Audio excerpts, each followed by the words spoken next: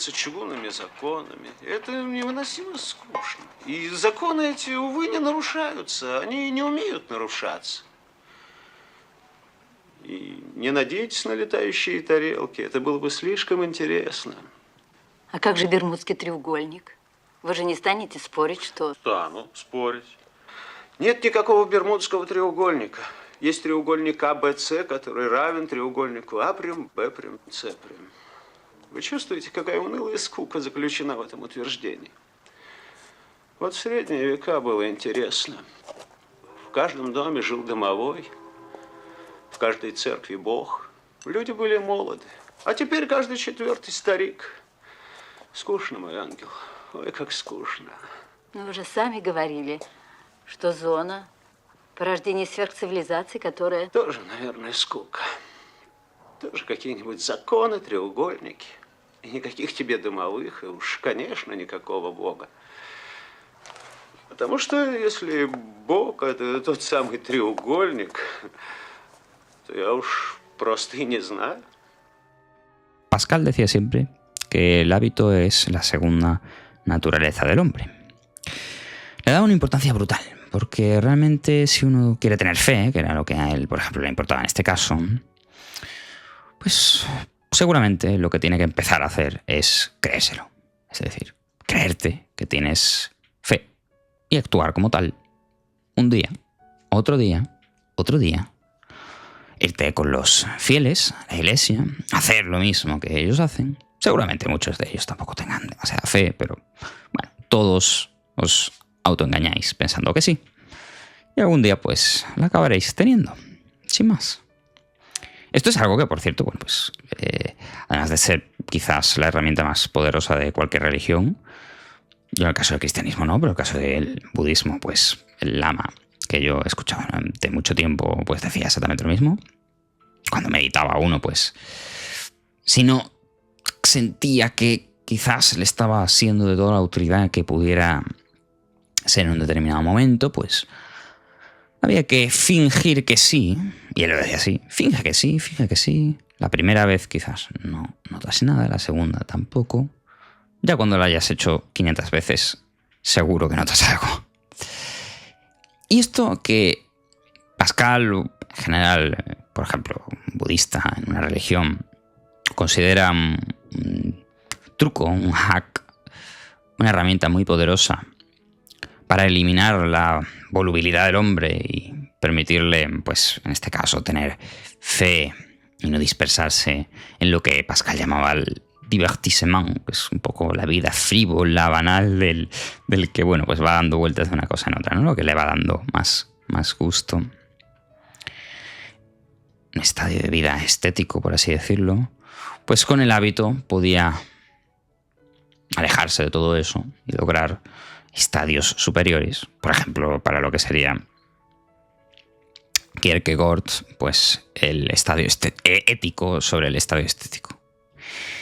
Sin embargo, lo cierto es que es un arma de doble filo y seguramente Pascal, cuando hablaba en esos términos, por algún motivo no lo incluía, pero también sabía que funcionaba al revés.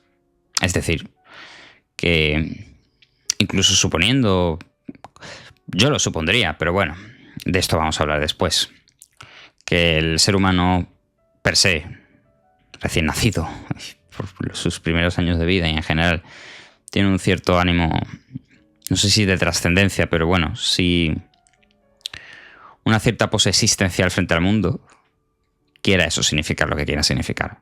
Pero si usted no sabe lo que significa, pues quizás se haya habituado demasiado a lo contrario, que es lo que ahora vamos a ver. Digo, suponiendo que algo así fuera la naturaleza humana antes que ninguna otra cosa, una intimidad propia de la existencia, de sentir que lo que está haciendo aquí no puede ser enterrado sin más, sin que desde luego al menos haya un intento por entender, por expresar. Precisamente es el hábito lo que coge todo eso, y porque es, en un cierto sentido, inservible para el engranaje social, indeseable, pues nada, nos habituamos una y otra vez. Ejercitamos el rito y al final nos acabamos creyendo el mito de aquello que voy a dar en llamar en este vídeo el tercer objeto.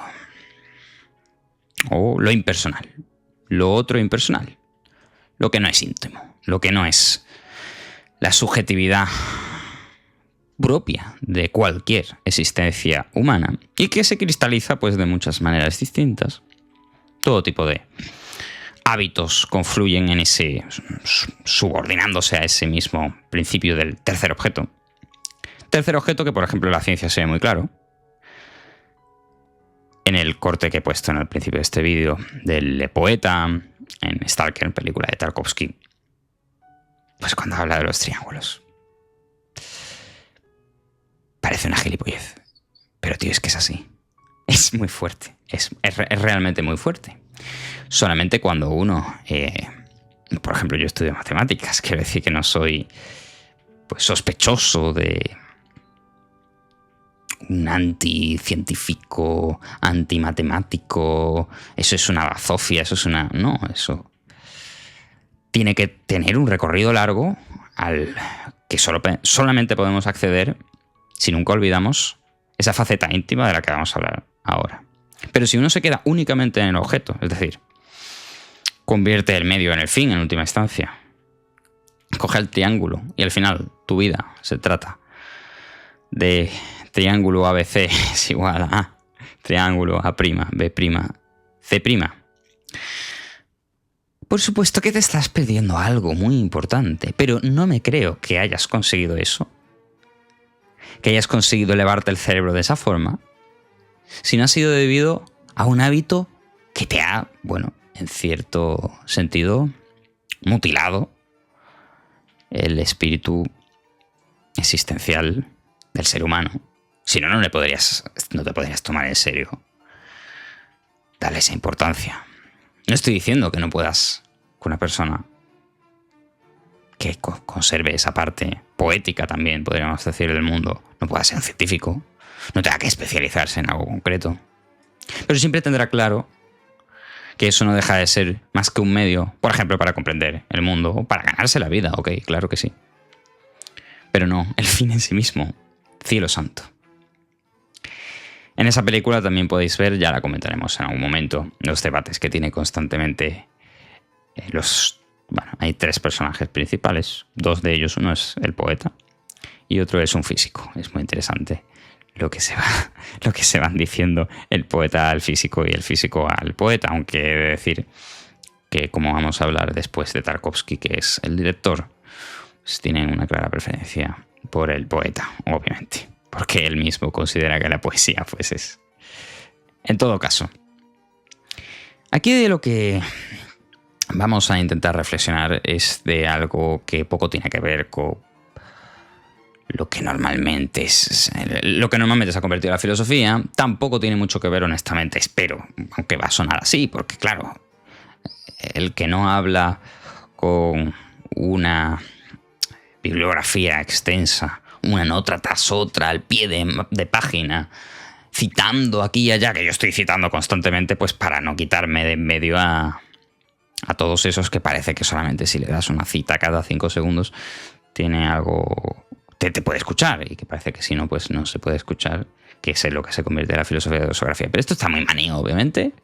Pero no porque esté muy manido deja de ser así. Joder, es una puñetera locura que Platón, escribiendo los diálogos que escribió, que era pues el padre de la filosofía, pues si ahora mismo escribiera los diálogos de Platón, un filósofo actual, pues absolutamente nadie le querría considerar eso como un trabajo académico, lo considerarían un chiste tremendo, ¿no? Y es el padre de la filosofía. Precisamente hay un desvirtuamiento, por así decirlo, del objeto filosófico, no poético, desde luego, porque la poesía es totalmente opuesta. Bueno, Platón se decía opuesto a la poesía, luego realmente tampoco lo era, pero bueno, supuestamente. Es un poco falsete, la verdad. Pero bueno, Aristóteles... sinceramente supone una cierta desviación, pero no solo Aristóteles, porque realmente, bueno, Platón también el momento en que, por ejemplo, volviendo a las figuras geométricas, a los triángulos. Claro, para Platón los triángulos, las figuras geométricas, son en última instancia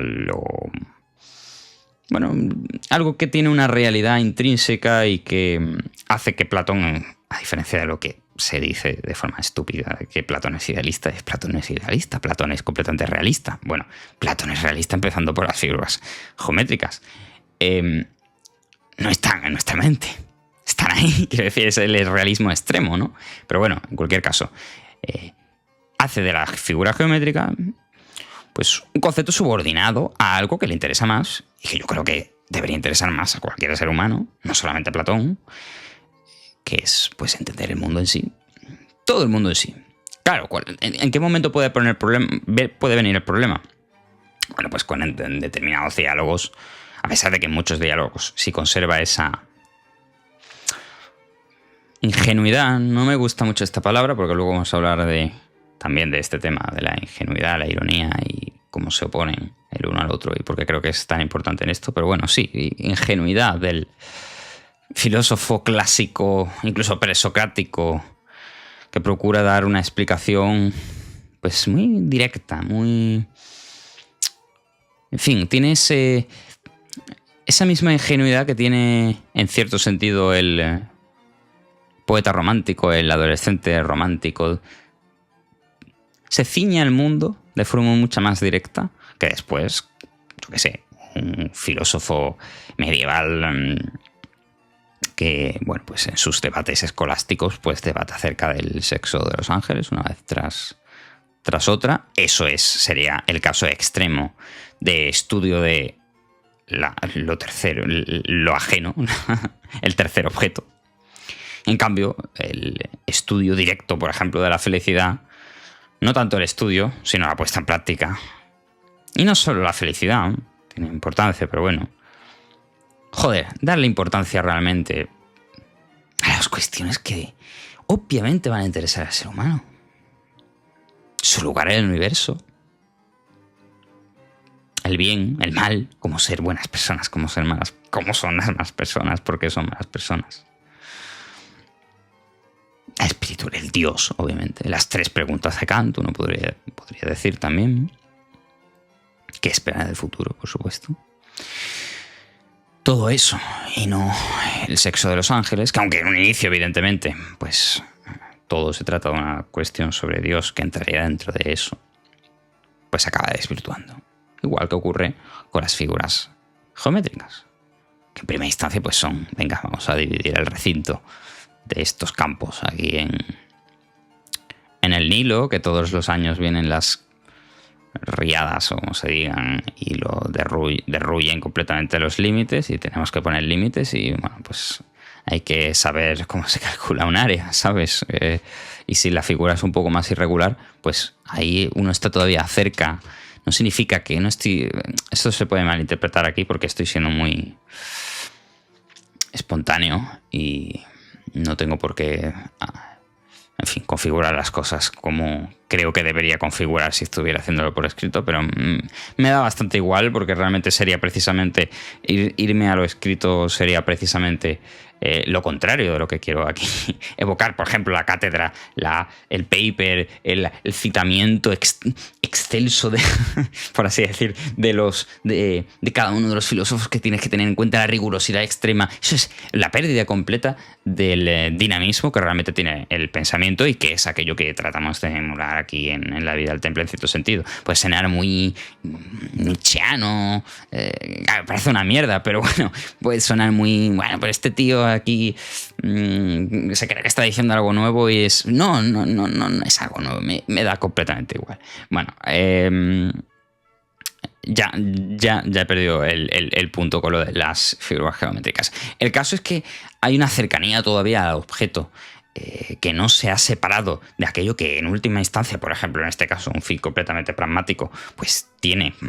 Pues en primer lugar porque la pregunta sobre por qué narices estamos deyectos en un mundo en el cual tenemos que sobrevivir es fuerte eso. Realmente eso es fuerte en sí mismo. Y bueno, pues ahí uno puede darlo por hecho.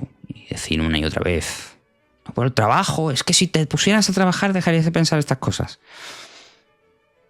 Joder, pero es que el trabajo y el sustento humano y lo práctico y el hecho de que, bueno, y el hecho de que hayan guerras y las personas en esas situaciones lo único que pueden considerar es la supervivencia más inmediata, invita a una reflexión profunda sobre lo que sobre toda esta aberración, para que como para que estemos ahí mientras tanto hablando sobre el triángulo ABC es igual al triángulo A', B', C', que es una pérdida de tiempo profunda. Y aquí bueno, se dispersan las cosas un poco todas, pero bueno, ya digo, me da un poco igual. Hay una cosa que he hablado varias veces con amigos y con más gente allí en la facultad de matemáticas, y es cómo es posible que pues por ejemplo, si consideras que en una sociedad los matemáticos son una pieza clave del pensamiento y son gente ágil mentalmente, etcétera, ¿cómo es posible que los pongas a resolver problemas completamente estúpidos e inservibles en lugar de, joder, de verdad, si las matemáticas, si esta gente es tan top, ¿de verdad no puede resolver otro tipo de problemas en el mundo? No lo sé. Bueno, en fin. Entiendo que el formalismo extremo que en las matemáticas ha funcionado y que en otros casos no ha funcionado, que ahí viene la disyuntiva un poco entre lo riguroso cuantitativo, parece que tiene mucha sinergia, y lo riguroso cualitativo parece que no la tiene tanto. A pesar de que puede tenerla en bastante medida, pero se va desvirtuando, ya digo, el objeto inicial. Parece que esa rigurosidad del especialista en el objeto, en el tercer objeto, en el caso de las matemáticas, de la ciencia, pues está más diluido porque es útil, ¿no? Pero en el caso de una persona que, bueno, sea filólogo y a todas luces no tiene ningún tipo de disposición poética frente a la vida, pues es que me parece una payasada completa. O sea, me parece menos tolerable en ese caso, y por supuesto que me parece mucho menos tolerable en el caso de un filósofo, un psicólogo. Un psicólogo debería estar analizándose a sí mismo siempre. Bueno, si no, no es psicólogo, obviamente. Lo que pasa es que en última instancia después va a darle una importancia extrema, y aquí enlazo un poco con el tema del vídeo anterior sobre el sistema educativo, le acaba dando una importancia extrema, no ya al objeto, que ya era un tercer objeto ajeno a su intimidad propia, que puede ser un montón de las cosas que se estudian en psicología, que no le importan a nadie, simplemente porque te acostumbras a estudiarlo, pues te acaba importando, como al matemático que le acaban importando los triángulos porque los ve todos los días a todas horas. Ya no solo es que no le dé demasiada importancia a ese objeto, sino que encima desvirtúa todo demás eso, y por eso hablamos de esa metáfora de la aberración óptica del objeto del sistema educativo. Ya ni siquiera uno puede decir, bueno, pero vale, la gente no se interesa por el saber y tiene derecho a hacerlo. Me parece fantástico. Eso, pues, es parte también del ser humano, quiero decir. En el ser humano hay muchas cosas, no tiene que ser todo el saber ni el aprender, eso es una tontería también, De hecho, uno puede plantearse por qué hay tantas personas que parece que planteamos eso como solución a todo, y eso es una tontería, empezando porque mucha gente evidentemente no puede hacerlo. Pero dado que tiene la oportunidad de hacerlo y se supone que la está desaprovechando, porque, bueno, uno puede decir que tiene, en fin, libertad para hacerlo y está bien que lo haga. Entonces, ¿por qué te enfocas en otro objeto que es mucho menos importante que el que era el de tu estudio, materia de estudio? Y te acabas enfocando exclusivamente en cosas adyacentes que ni siquiera tienen repercusión a nivel laboral. Como por ejemplo, obviamente, es el caso de las notas en el sistema educativo, que no le voy a dar más bombo, pero bueno, que ahí está en ese vídeo. Y puede sonar un enfoque muy personal, decir, bueno, pues cómo a la gente le puede interesar un tema así. Como a alguien le puede interesar lo más mínimo, triángulo ABC es igual al triángulo A', B', C'. Y vaya tela que yo lo diga cuando en este canal hemos hecho vídeos y vamos a seguir haciendo vídeos sobre temas de matemáticas. Espero que no extremadamente áridos, pero desde luego sí completamente áridos para una persona que no sabe absolutamente nada de matemáticas y le da completamente igual este tipo de debates. Es por ello que yo he intentado conectarlo con temas que puedan resultar más amplios, como por ejemplo la continuidad, que me parece que es una cuestión que va más allá de la matemática, incluso de la física, y se extiende al terreno de la metafísica. También el tema de la medición. Es la frontera entre lo cualitativo y lo cuantitativo se mueve mucho ahí. Y a mí esa frontera entre lo cualitativo y lo cuantitativo me parece la clave.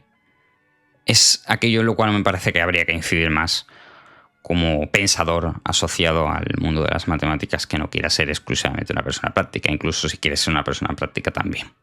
Y si quieres ser una persona práctica, pues no estudies matemáticas ni estudies física, estudia ingeniería si la hicieran mejor.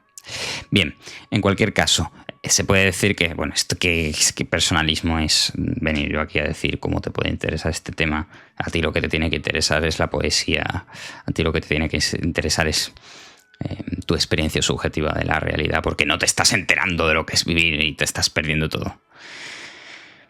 Bueno, vamos a ver. Es cierto que cada persona tiene su interés, evidentemente, y aquí entra en juego la cuestión que a mí más me inquieta, de que, bueno, pues a veces las personas tendemos a extrapolar, o al menos a mí desde luego me ocurre, circunstancias concretas propias al percibir ajeno también, y tendemos a pensar que, bueno, como nos parecemos en determinados aspectos, nos tenemos que parecer en otros, y cogemos aquello que nos parece más esencial de nuestra propia persona y consideramos que esa es la esencia del ser humano, ¿no? Ok, puede ser completamente cierto, pero de ahí a que no acepte a nadie aquí que la mayor parte de temas en los que se centra cualquier académico de cualquier disciplina, me da prácticamente igual, son basura. Siempre fueron basura. Y van a seguir siendo basura. Por mucha utilidad que se le pueda llegar a dar incluso en relación a las preocupaciones que un ser humano como individuo, otra cosa es su utilidad social, pero un ser humano en tanto que individuo realmente tiene. Para mí el caso especialmente flagrante es el de la erudición extrema. Entonces, bueno, uno se queda con absolutamente nada, uno se casa con nadie, uno simplemente se dedica a leer libros como churros. Simplemente por leer libros como churros cree que los está analizando bien por relacionarlos con otros, cosa que no tiene nada que ver, porque ni siquiera, o sea, ponerte a leer las páginas de un autor con tu mentalidad actual ni siquiera te sitúa en la posición del autor, sino haces un esfuerzo mental que va muchísimo más allá de simplemente la pasividad a estar leyéndolo. Y digo, las personas que simplemente se dedican a esto, a la erudición extrema, a la acumulación de citas, a la doxografía, que desgraciadamente plaga muchas disciplinas más de corte humanístico, es precisamente la antítesis del objeto por el cual nacieron. Entonces, bueno, uno puede tener o a Safo, hablando sobre el amor, o puede tener al petardo, que durante toda su vida pues lo que hace es, sin más, olvidarse del amor, olvidarse de la muerte, olvidarse de los temas que preocupaban pues, por ejemplo, eso, a los poetas griegos que queramos, porque a él pues lo único que le interesa es la métrica. La métrica es una basura. Y evidentemente el mundo de las, por usar la diferenciación que emplea Gustavo Bueno de conceptos e ideas, conceptos son los objetos intelectuales inmanentes a un determinado campo, categoría de una ciencia. Y ideas son las que, bueno, pues tienen una más amplia relación con otros campos. Entonces, amor es evidentemente una idea, pero puede tener repercusiones en el campo de la psicología y puede tener repercusiones en el campo de la religión y puede tener repercusiones en el campo de pues la poesía. En cambio, el concepto de pues, soneto mismo, ¿no? Pues es un concepto completamente inmanente a la poesía. Entonces, habrían dos formas distintas de trabajar intelectualmente. Una sería la del saber concreto, categorial, que trabaja sobre todo con conceptos, alguna que otra idea. Eso es precisamente lo que estamos llamando el tercer objeto, esa aberración que a nadie le importa, pero que sin embargo, debido al hábito de que no hacemos una y otra vez más que volver a ello, no podemos escapar de ahí. Y luego el lado de las ideas, que es el encargado máximo de ellos se supone que sería la filosofía, y quizá la psicología, y quizá la poesía, quizá la religión incluso, como campos más amplios que pueden relacionar unos cuantos. Partiendo de esa distinción terminológica, que yo creo que es bastante relevante, el problema que estamos diagnosticando es la obsesión con el concepto.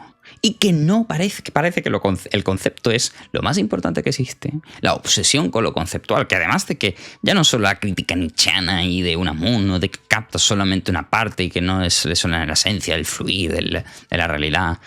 Por supuesto que no. Y todo eso viene por una tradición que podríamos llamar, no sé, espiritualista, en la que no quiero enmarcarme, sinceramente. Aquí lo que estamos buscando es el puto sentido común.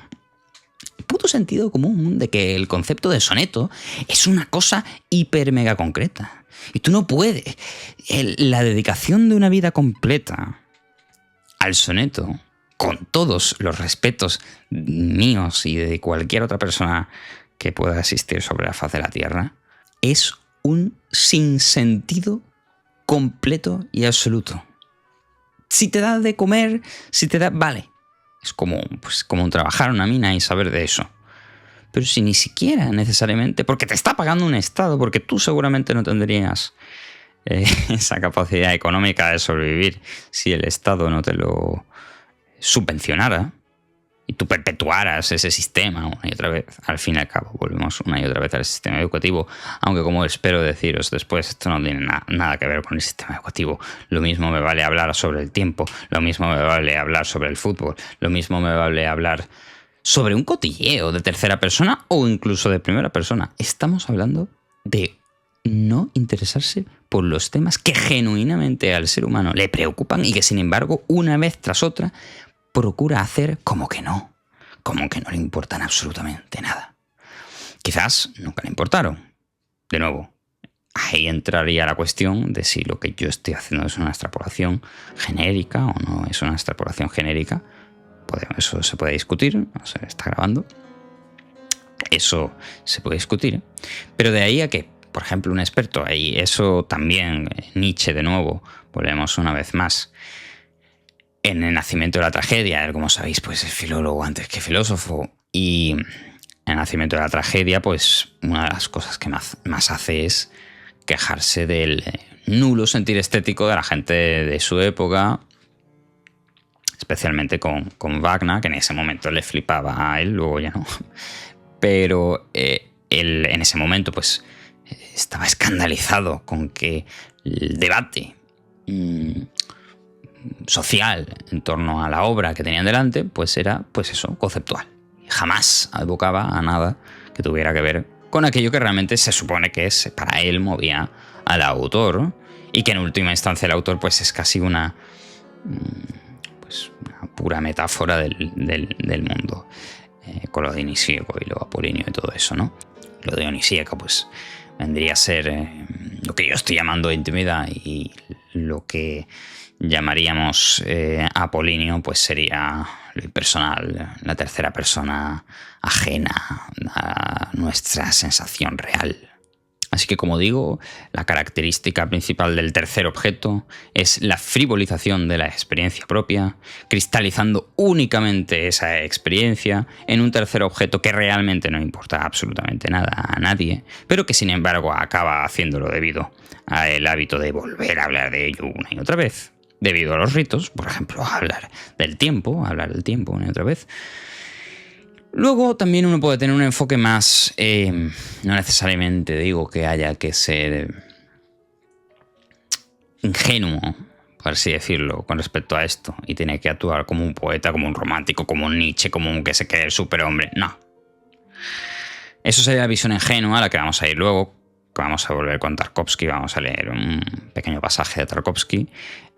También uno puede hacer otras cosas con eso. Como por ejemplo, ironizar. Como por ejemplo, meta-ironizar con esos ritos, esos rituales de endiosamiento del tercer objeto.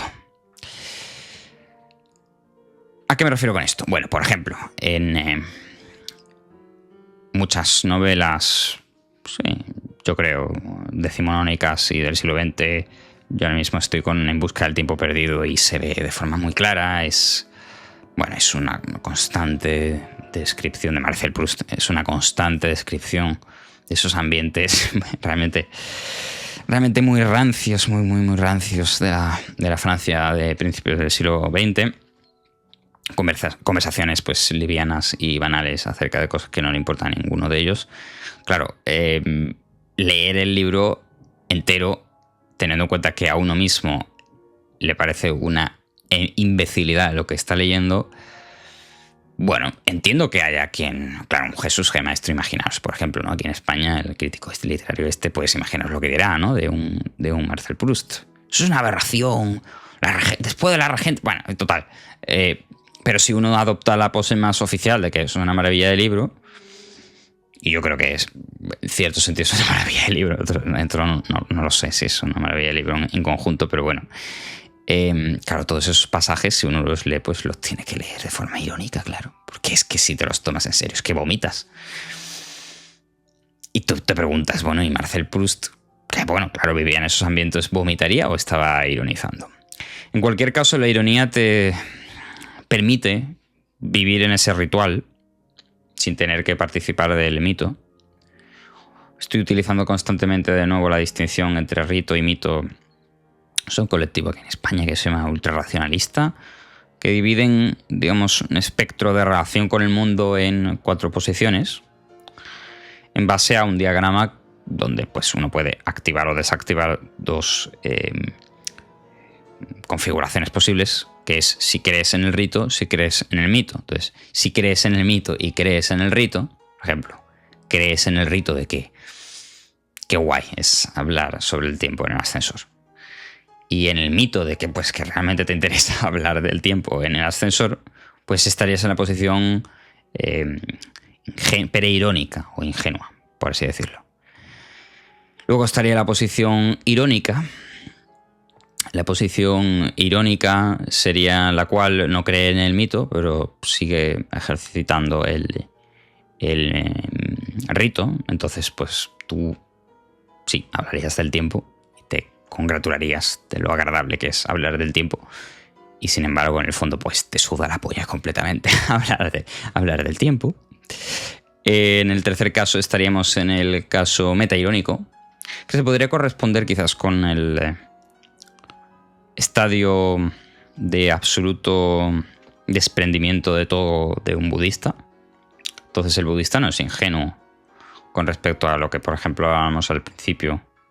Un budista puede hablar perfectamente de un objeto, tercero que es objetivamente una mierda, y de hecho se dedican a cosas que son objetivamente una mierda, como por ejemplo pues un mandala, ¿no? de arena de estos, pues montarlo, dedicarse yo no sé cuánto tiempo ahí a montar su mandala de arena y luego deshacerlo entero, volver a repetirlo. Claro, no se cree en el mito. Bueno, se cree en un cierto mito, que es el mito de que eso es útil porque les ejercita en la destrucción mental de todos los mitos. No creen en el mito, no creen en el rito. En un cierto sentido sí, pero se supone que cuando lleguen en el nirvana no. Entre medias sí lo necesitan, pero en última instancia no. El Buda perfectamente podría hacer cualquier cosa que no parezca nada budista. El Buda es el que menos budista parece. Es el gran farsante, como también se le dice. El gran mentiroso. El Buda, pues en apariencia puede estar haciendo, ya digo, el rito. En el fondo no está haciendo el rito, está haciendo otra cosa completamente distinta. Y tampoco cree en el mito. No tienen nada. Y luego estaría la posición post-irónica, que es pues la más complicada. Por ejemplo, sería la estetización de la guerra que Walter Benjamin habla de los fascistas, que digamos subvierten un poco las cosas, creen en el mito y no en el rito. Bueno, es una cosa un poco extraña. Sería como si en esta metáfora, esta analogía del tiempo, pues uno en el fondo cree en el mito de que es muy importante saber estar informado sobre el tiempo, pero sin embargo cuando estás en el ascensor hablando, si la otra persona te habla sobre el tiempo, tú te callas y no quieres hacer nada.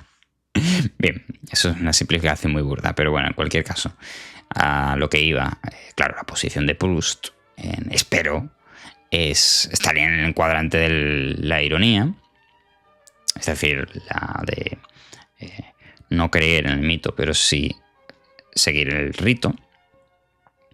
Y uno puede, desde luego, en este mundo, que de todas formas está configurado así, entonces poco se puede hacer de forma individual para cambiarlo, uno pues puede ejecutar perfectamente bien el rito, sin embargo no cree en el mito. Y eso es lo que yo estoy aquí propugnando. No estoy diciendo que todos nos tengamos que convertir en poetas románticos, adolescentes, que se suicidan con 25 años, que sería totalmente ridículo. Bueno, uno puede vivir una vida normal, pero descreído de la porquería de intereses que la sociedad nos ha hecho tener. Yo mismo empezando por ello. Es por ello que vamos a empezar otra sección aquí dentro del vídeo, que es el de, mi intento personal de haber intentado escapar de esto frustrado, diría yo. Mi solución, entre comillas, dentro de YouTube. Y finalmente cerraremos el vídeo con la posición, digamos, ingenua, que sigue siendo para mí de todas formas igualmente válida, a la posición irónica. Para mí son las dos grandes soluciones. Ojalá uno lograra el nirvana, pero bueno, no va a ser así. Así que cualquiera de la irónica o la ingenua, pero ingenua sin perder esa intimidad, que va a ser la que defienda a Tarkovsky, por así decirlo. Ya digo, ahora mismo vamos a entrar un momentito en el tema de que en YouTube, que en última instancia es hoy en día pues una aldea global, ¿no? Uno puede despreciarlo y decir, bueno, pero en YouTube ¿qué te vas a encontrar? Joder, en YouTube te puedes encontrar lo mejor y de lo mejor. O sea, yo me he encontrado muchas mejores clases de casi cualquier cosa en YouTube que en mi universidad. Entonces, pues uno se puede reír de un youtuber, pero bueno, en YouTube hay un contenido extraordinario y yo sigo buscando ese contenido extraordinario y me gustaría crear un contenido extraordinario. Ahora mismo no es muy extraordinario, pero me gustaría que lo fuera siendo cada vez más, ¿no? En todo caso, en este mundo de YouTube me he dado cuenta de que precisamente esto, aunque la gente, en el fondo, sí que tiene cierto ánimo de esa honestidad que requiere la intimidad de la que estamos hablando. Intimidad se puede malinterpretar, pero aún así es una palabra que me gusta. Así que vamos a seguir usándola. Esa intimidad propia, del que se moja y da una opinión que le compromete. Que no es simplemente hablar sobre un tercer objeto que no le concierne de ninguna forma, que no determina ningún tipo de decisión en su vida, en absoluto. Que no se moja, en última instancia. El experto en ética, que cuando le preguntas sobre ética, lo que hace es citarte a 40 filósofos griegos y alemanes y realmente el tío no te está respondiendo una mierda. Al debate, hay un debate que me pareció especialmente revelador en este sentido de Ernesto Castro versus un filósofo, bueno, yo creo que totalmente patético, rondará ese señor unos 60 años o algo así. La actuación de Ernesto Castro también es patética, pero al menos se enciende en contra del otro, porque es que el otro es completamente inasumible. Básicamente le preguntaban sobre qué es la realidad. Joder, claro que es la realidad. Tienes ahí a dos filósofos, uno que es, pues se supone que experto en la materia, metafísico, no sé qué, no sé cuánto, desde hace pues 40 años, y es que se supone que tiene que haber reflexionado sobre eso. Y Ernesto Castro, pues que su tesis doctoral va sobre un tema de ontología, que es supuestamente la ciencia de la realidad, supuestamente. Luego no tiene nada que ver, la verdad, pero bueno, es un poco el sexo de los ángeles. De hecho, aquí está, ¿no?, la tesis doctoral. Esto es puro sexo de los ángeles. Esto es puro sexo de los ángeles. Tiene algunos vislumbres interesantes. ¡Buah! Esto está asqueroso. Algunos vislumbres interesantes, pero en general Uy, vamos a ver que esto no puede tocar el cable. En general la reflexión del libro tampoco, de los 5 o 6 autores que comenta, bueno, tampoco va mucho más allá, se pueden sacar algunas pinceladas. Pero en todo caso, el debate que se estaba haciendo en YouTube de estos dos señores demuestra la total incapacidad de dos personas que se dedican a estudiar la realidad, de responder lo más mínimo que tenga que ver algo con la realidad. Y no simplemente irse por las ramas acerca de etimologías alemanas y griegas, lo cual es el trabajo de un filólogo. ¿Qué cojones estamos haciendo? ¿Qué es esto? Entonces, vale, de nuevo, en YouTube no puedo esperar un gran nivel. Bueno, vale, ok, no puedo esperar un gran nivel. Luego me encuentro en la universidad y, bueno, pues son papers que tampoco le importan a nadie, menos incluso. En YouTube al menos alguien los ve. Esos debates, esas charlas, alguien lo ve. A Gustavo Bueno hablando en YouTube, ahí con sus 90 años, 96 creo que murió, ¿no? Al paper de su profesor, eso ni lo lee nadie. O sea que el impacto es un sitio bueno en el que buscarlo, YouTube. Y sin embargo, bueno, pues por un lado, cuando uno busca esa intimidad, por así decirlo, esa esencia del ser humano, lo que se encuentra por un lado son pues una retahíla impresionante de Paulo coellistas, estoicos, defensores de, bueno, una visión, sí, muy francamente ingenua de la ética. Son estos Gym Bros, Crypto Bros, de los que también hablamos en un vídeo de este canal, que el segundo o tercer vídeo, creo que se llama, Estoicos y Ascetismo, creo que se llama, sobre analizando discurso amoroso de Roland Barthes, pero bueno, realmente no estoy analizando el libro, estoy analizando lo de los estoicos y los Gym Bros y los Crypto Bros estos, ¿no? Eso es, pues, aunque el Crypto Bro ya se aleja un poco del paradigma, pero bueno, el Gym Bro que se cree filósofo romano, bueno, pues ese Gym Bro que se cree filósofo romano, algunas veces te ponen una cuña, que no necesariamente tiene que ser Gym Bro, pero filósofo romano sí. Te pueden meter una cuña que realmente tiene valor. Entonces, por ejemplo, uno que sí pues puede tener más valor dentro de ese mundo es Fabián C. Barrio. C no sé de qué es, así que bueno, Fabián Barrio, que bueno, es un tío que tiene unos vídeos que son una ironía, pero bueno, una ironía que se la acaba creyendo, ¿no? De la rutina. Empiezas riéndote de Stalin, acabáis siendo stalinista. Él hace sus vídeos irónicos sobre la política, al final lo que hace es hablar de política constantemente.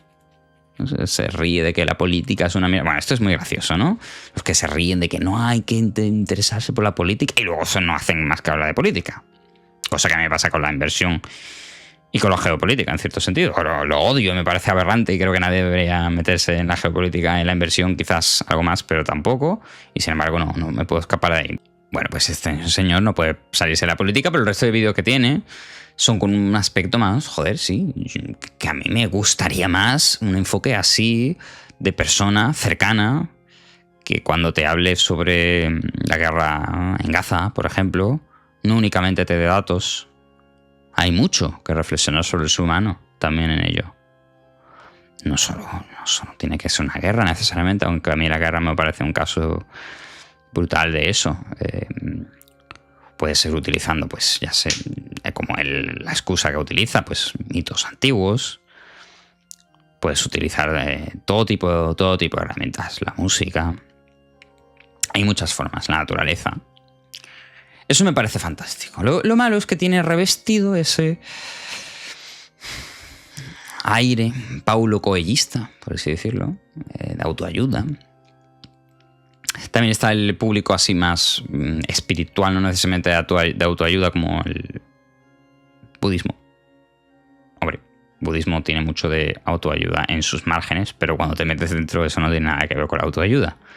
Bueno, de eso también hay un cierto público, y religión cristiana pues también y todo eso. Vale, pero es más estrictamente religioso, que también entra en muchos barroquismos estúpidos de la religión que realmente no tienen nada que ver, se convierten en el tercer objeto, sexo de los ángeles. Y luego tenemos el caso contrario, que es básicamente el extremo de la divulgación sobre un tema concreto. Entonces uno tiene pues a un experto en historia del arte, yo qué sé, un Alberto Garín aquí en España, ¿no? Un experto en historia del arte, y el señor pues te habla de historia del arte, que es lo que sabe. Y cuando se extralimita, realmente a la gente le gusta. Sin embargo, no lo hace más, quizás porque con buen criterio no se considera un todólogo que pueda hablar de todo. Pero la gente anhela esa parte humana, creo yo, porque en última instancia está dentro de nosotros. Y aunque no queramos admitirlo, esa parte destruida por el hábito se revela de vez en cuando. Digo yo, vamos, al menos yo lo busco. Entonces surgen figuras intermedias. Y para mí la figura intermedia era Ernesto Castro, que dejó YouTube, desgraciadamente para mí. Al que acabo de mencionar, Ernesto Castro, que bueno, pues en sus directos, por ejemplo, pues es un enfoque, por así decirlo, que no abandona la reflexión rigurosa, es decir, apela cuando tiene que apelar a filósofo de turno y no reniega completamente del citacionismo y no simplemente es un Pablo Coelho. Y a la vez es una persona cercana, no lo suficientemente, pero bueno, cercana, que se abre más en canal a hacer otro tipo de experimentos, lo hacía.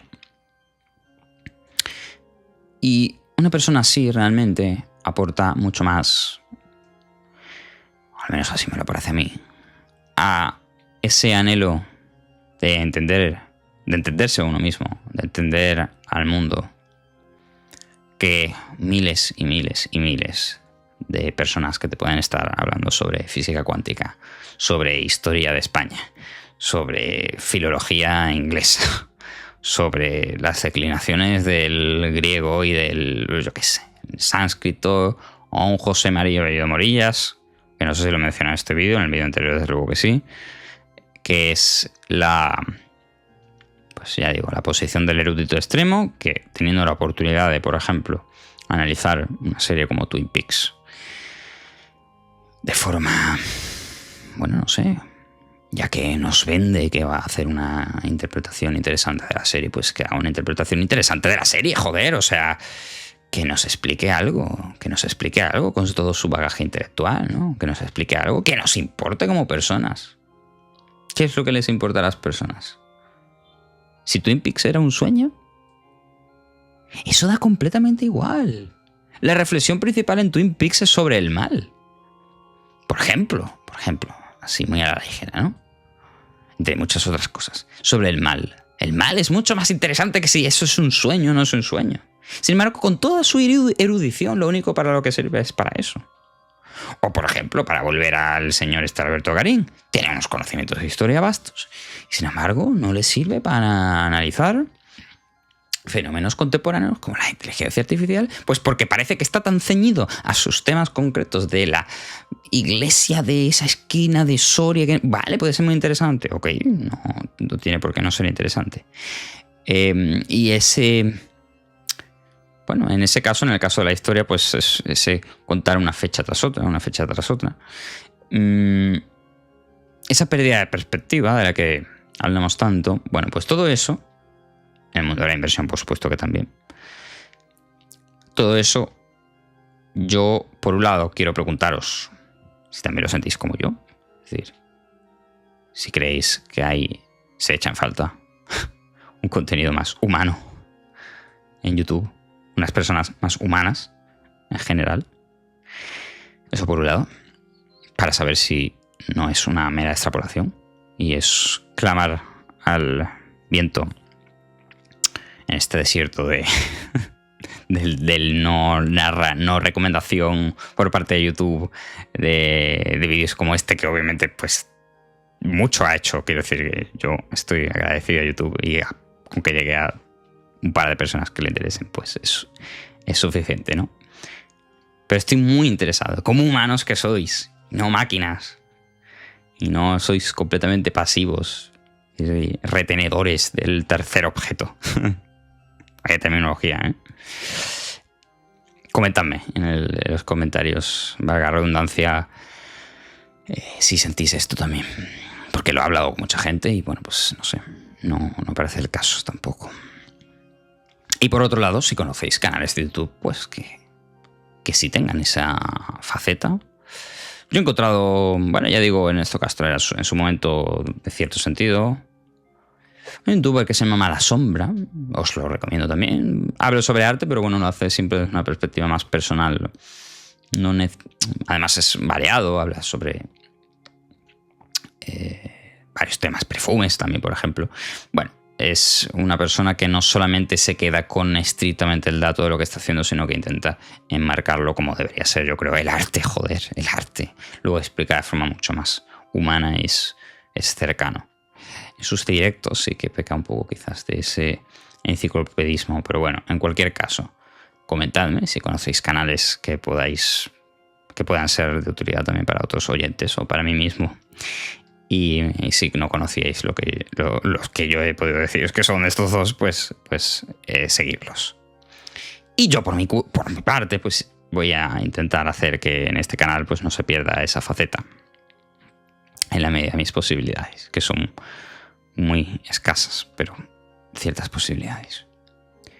Y para acabar, como dije antes, quería proponer la segunda solución a esa ironía de Marcel Proust, espero que ironía, en torno a la vida convencional a la cual nos acostumbramos. Y es la vida poética e ingenua, por así decirlo. Era mi forma de vivir desde luego en la adolescencia. Tomarme a pecho, en profundidad, todo lo que hacía. El amor, obviamente, como más que ningún otro. Música dramática que me elevara pues prácticamente hasta mi propia muerte para llevar al límite la vida. En fin, ese tipo de cosas que le gustan a los adolescentes y a los románticos, pensaba yo. Tampoco es que haya encontrado tantos, pero bueno. Hipersensibilidad, literatura, poesía. Y la poesía en última instancia en sentido genérico, como forma de atender la realidad, forma de comprender el mundo.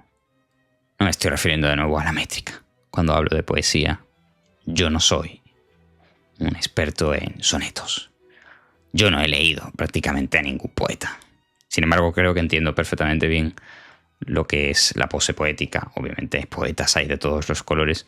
Esto es una forma simplificadora de hablar. Es una forma similar de concebir esa vida poética como la que Tarkovsky, quien por cierto, por eruditos de la talla del tal José María Bellido Morillas que hemos comentado,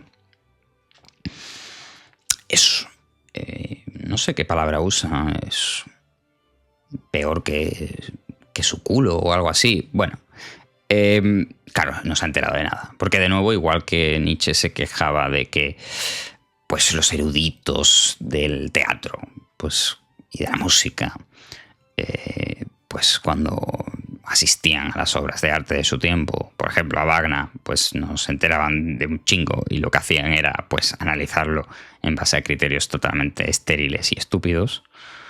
pues un José María Bello Marillas parece que no tiene sensibilidad para nada, porque se la ha extirpado él mismo, a pesar de que los libros que lee son muchos una maravilla. Joder. Y lo que se ha perdido, pues es esa forma ingenua, pero no por ello peor, creo yo, que la irónica, que no es ingenua, es más crítica, de vivir la vida de forma poética. Tengo aquí a ver, vamos a ver, esto es la revista Litoral, no sé si la conocéis. Este es una edición muy antigua.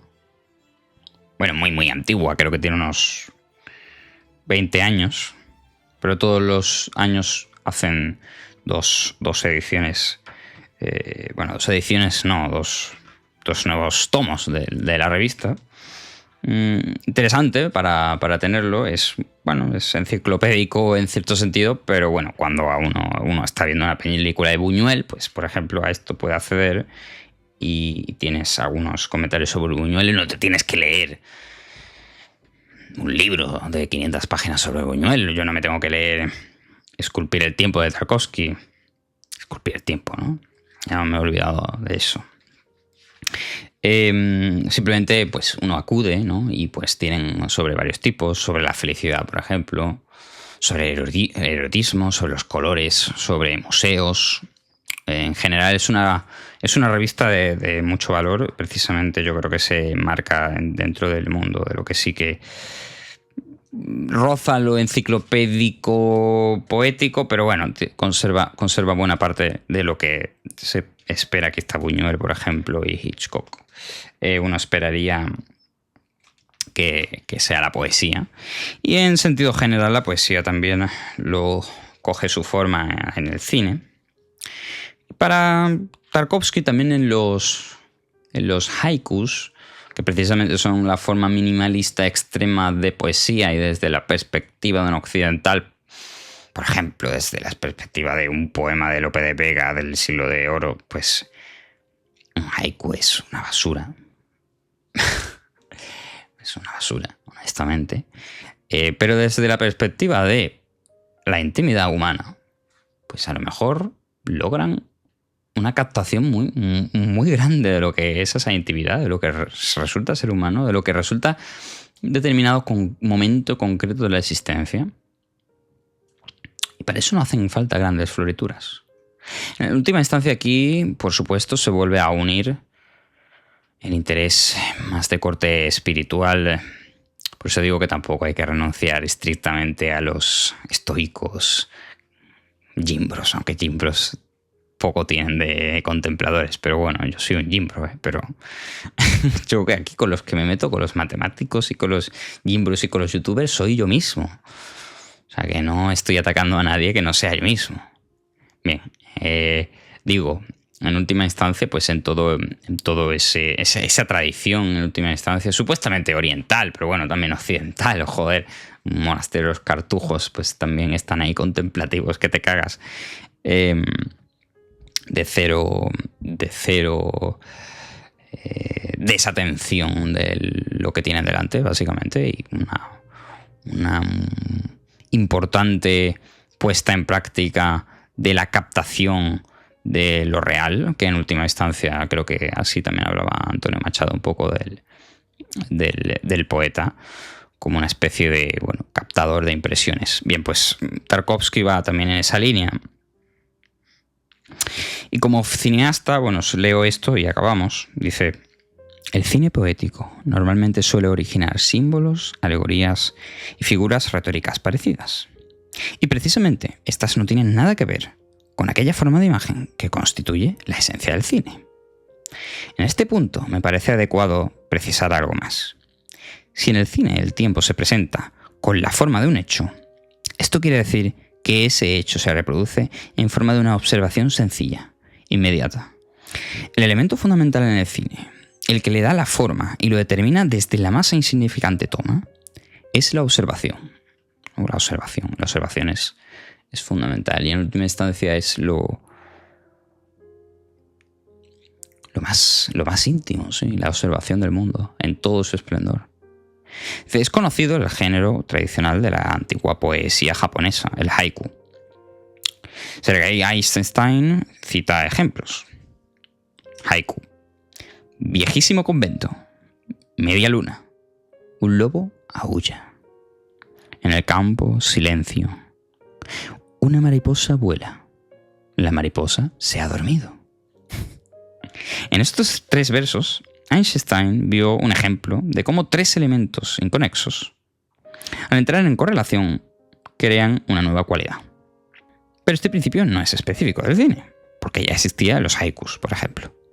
A mí, en cambio, de los haikus, me impresiona su observación pura, sutil y compleja de la vida. La simpleza, la complejidad, ¿no? Cañas de pescar en las olas. Un poquito las rozó. La luna llena. Oh, una rosa perdió sus hojas, y de las puntas de todas las espinas cuelgan pequeñas gotas. Esto es observación pura. Su precisión, su exactitud, hace que incluso personas con una capacidad de percepción muy dispersa sientan la fuerza de la poesía y la imagen de la vida recogida por el autor. A pesar de mis reservas frente a analogías con otras artes, este ejemplo de poesía me parece que se acerca mucho a la esencia del cine. Pero no se debe olvidar que la literatura y la poesía, a diferencia del cine, tienen su propio lenguaje. El cine surge de la observación inmediata de la vida. Este es para mí el camino cierto de la poesía fílmica, pues la imagen fílmica es en esencia la observación de un fenómeno inserto en el tiempo. Total, que también podríamos llamar, desde luego, a todo esto o la observación fílmica o el arte cinematográfico de vivir la existencia, que ni siquiera necesariamente tiene por qué ser crearlo, pero sí sentir que uno se encuentra inmerso en la película. En cierto sentido es una doble implicación, o al menos así lo he sentido yo en los momentos en los que uno más siente esa intimidad, se siente casi el personaje de una película, pero más bien quizás porque la película, el cine, como dice Tarkovsky, una buena película, es capaz de lograr esa intimidad, esa observación que uno mismo ni siquiera puede con palabras. Con el cine puedes llevarlo a otro nivel. Bien, uno puede pensar que la visión de Tarkovsky es muy ingenua y de nuevo seguramente lo sea, y uno puede pensar que estos poemas son una mierda y seguramente lo sean, pero en cierto sentido son capaces de captar mucho más de lo que parece realmente, y pueden captar mucho más que el triángulo ABC es igual al triángulo A', B', C'. No sé por qué. No lo sé. Pero es que parece que la biología humana, igual que nos gusta estar con la gente, con límites, pero nos gusta estar con la gente, nos gusta la naturaleza, somos inherentemente personas que intentamos, si no entender, expresar de alguna forma nuestra existencia en el mundo. Es una forma de, ya que sabemos que no vamos a estar aquí para siempre, captar la esencia o un momento con alguna herramienta muy limitada que tenemos como la poesía o como el cine o como este vídeo de YouTube. Bueno, espero que os haya gustado. Es el vídeo más personal, yo creo, que hemos hecho hasta ahora en este canal, así que si os ha gustado, pues sobre todo comentad. No voy a deciros que deis like y esas cosas. Comentad, ¿vale? Comentad todo lo que podáis y que queráis. Bueno, pues un saludo y nos vemos.